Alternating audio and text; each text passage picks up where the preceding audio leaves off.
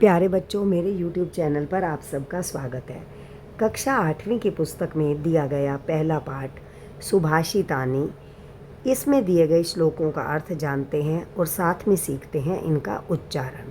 सुभाषितानी का अर्थ है सु का अर्थ है अच्छा, भाषितानी का अर्थ है अच्छे वचन। तो चलिए पाठ के पहले श्लोक का अर्थ समझते हैं। गुणा गुण अज्ञेषु गुणा भवन्ति ते निर्गुणम प्राप्य भवन्ति दोषः सुस्वादुतोयः प्रभवन्ति नद्यः समुद्रम आसाद्ये भवन्ते पेयः। गुणा गुणा का अर्थ है गुण जो सभी व्यक्तियों के अंदर हैं। अब हम ना इसमें एक एक शब्द के अर्थ को लेकर इन वाक्यों को जोड़ेंगे और इसके अर्थ को समझेंगे।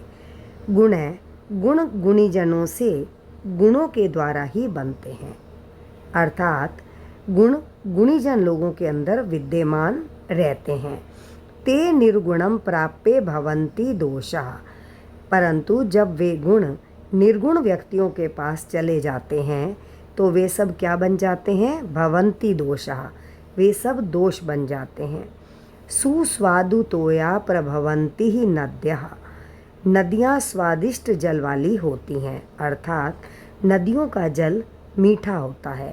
परंतु समुद्रम आसाद्ये भवन्ते पेया, वे जैसे ही समुद्र में मिलती हैं वे पीने योग्य नहीं रहती।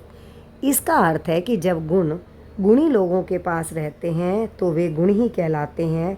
जब वो निर्गुण व्यक्तियों के पास चले जाते हैं तो वे सारे गुण भी क्या बन जाते हैं? दोष। जिस प्रकार मीठे जल वाली नदियाँ खारी समुद्र में जाकर अपना अस्तित्व खो देती हैं। साहित्य संगीत कला विहीन साक्षात पशु पुच विषानहीन तृणम न खादन अपि जीवमान तद भागधेयम परम पशुनाम। साहित्य संगीत कला विहीन है, साहित्य संगीत और कला से रहित व्यक्ति सींग और पूंछ से रहित साक्षात पशु के समान है। तृणम न खादन अपि जीवमान, वह घास ना खाते हुए भी जीवित है। तद भागधेयम परम पशुनाम, यह पशुओं के लिए परम सौभाग्य की बात है। साहित्य संगीत और कला से रहित व्यक्ति सींग और पूंछ से रहित साक्षात पशु के समान है या फिर पशु है।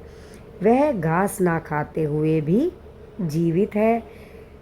यह तो पशुओं के लिए परम सौभाग्य की बात है। लुब्धस्य नश्यति यशः पिशूणस्य मैत्री नष्ट क्रियस्य कुलम अर्थपरस्य धर्मः विद्याफलं व्यसनिनः कृपणस्य सौख्यम राज्यम प्रभत सचिवस्य नर अधिपस्य। लुब्धस्य नश्यति यशः, लोभी का यश, पिशुनस्य मैत्री और चुगलखोर व्यक्ति की मित्रता। लोभी का यश, चुगलखोर व्यक्ति की मित्रता, आलसी व्यक्ति का कुल और स्वार्थी व्यक्ति का धर्म, व्यसनी की विद्या का फल और कंजूस का सुख, और प्रभत मंत्री वाले राजा जो सही विवेक से काम नहीं करता, ऐसे मंत्री वाले राजा का राज्य नष्ट हो जाता है। लोभी का यश, चुगलखोर की मित्रता, निकम्मे या आलसी का कुल, स्वार्थी का धर्म, व्यसनी की विद्या का फल, कंजूस का सुख और प्रभत मंत्री, सही विवेक से ज्ञान ना देने वाले मंत्री वाले राजा का राज्य नष्ट हो जाता है। चलिए अब हम चलते हैं चौथे वाले श्लोक पर। पित्वा रसम तु कटुकम मधुरम समानम माधुर्यम एव जनयेत मधुमक्षिकासौ संत तथैव समसज्जन दुर्जनानां श्रुत्वा वचः मधुर सूक्त रसम सृजन्ति। पित्वा रसम, रस को पीकर, अर्थात मधुमक्खी तो कड़वे रस को पीकर भी मधुर के समान अर्थात मधुरता ही उत्पन्न करती है, कि मतलब शहद को ही बनाती है। उसी प्रकार सज्जन दुष्टों के कटु वचन को सुनकर भी सज्जनों के समान मधुर सूक्तों के रस वाली वाणी को ही बोलते हैं, उनके साथ अच्छा व्यवहार ही करते हैं। इसके बाद आ रहे हैं हम 5वें श्लोक पर। विहाय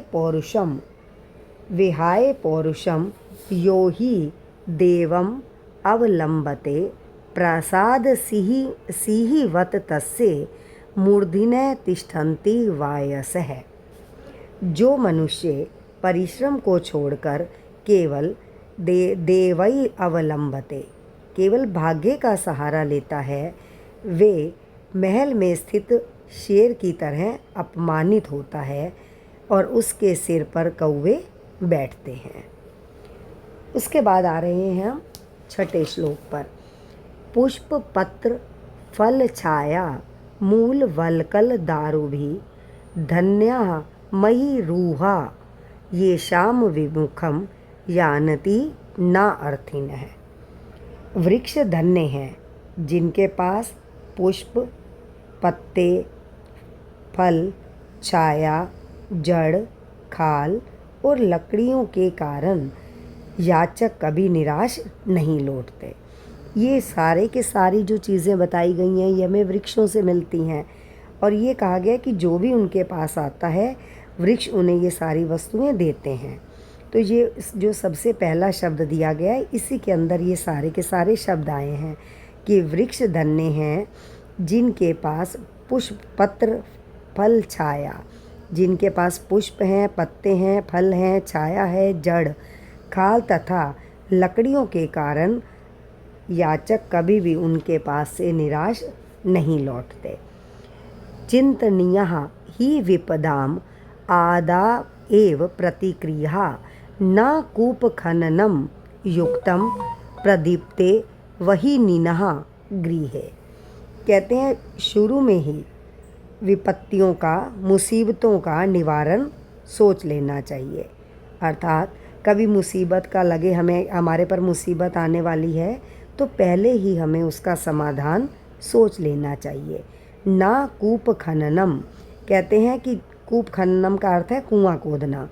कहते हैं जब कभी अग्नि के द्वार घर में जला दिए जाएं, अर्थात अग्नि के द्वारा घर के जला दिए जाने पर कुआं खोदने का कोई भी लाभ नहीं। इसको इतना बड़ा कहने की बजाय आसान शब्दों में हम कह सकते हैं कि शुरू में ही हमें मुसीबतों का समाधान ढूंढ लेना चाहिए, क्योंकि जब कभी आग लग जाए तब कुआं खोदने का कोई फ़ायदा नहीं है, कोई लाभ नहीं है। आशा है आप सबको इसका हिंदी में अर्थ और श्लोकों का उच्चारण समझ में आ गया होगा।